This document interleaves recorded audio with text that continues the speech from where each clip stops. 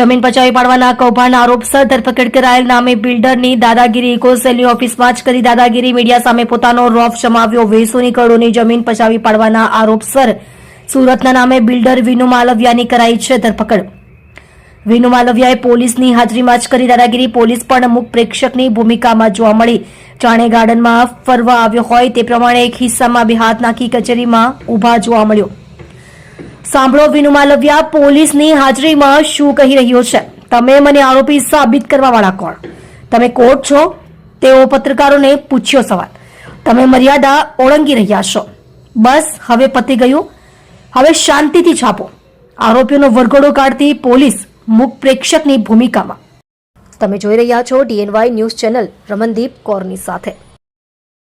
અને એ તપાસ પરમિશન તમારે બી મેળવીને વાંચી લેવું, એટલે ખોટી કોઈની બેઇજ્જતી થાય એવું હજી તો તપાસ ચાલે છે। તમારે મીડિયામાં છાપીને તમારે કરવાનું શું છે? આ કોઈ પ્રોસિજર નથી, કોર્ટનો કોઈ પ્રોસિજર નથી, છતાં તમે જબરજસ્તી પૂર્વક મારું લઈ રહ્યા છો। તમે આ બતાવજો, કોર્ટ સ્ક્રીન ઉપર બતાવજો, એટલે હું પછી કોર્ટને હવે કરીશ મારી રીતે કમ્પ્લેન। ઓકે, ચાલો।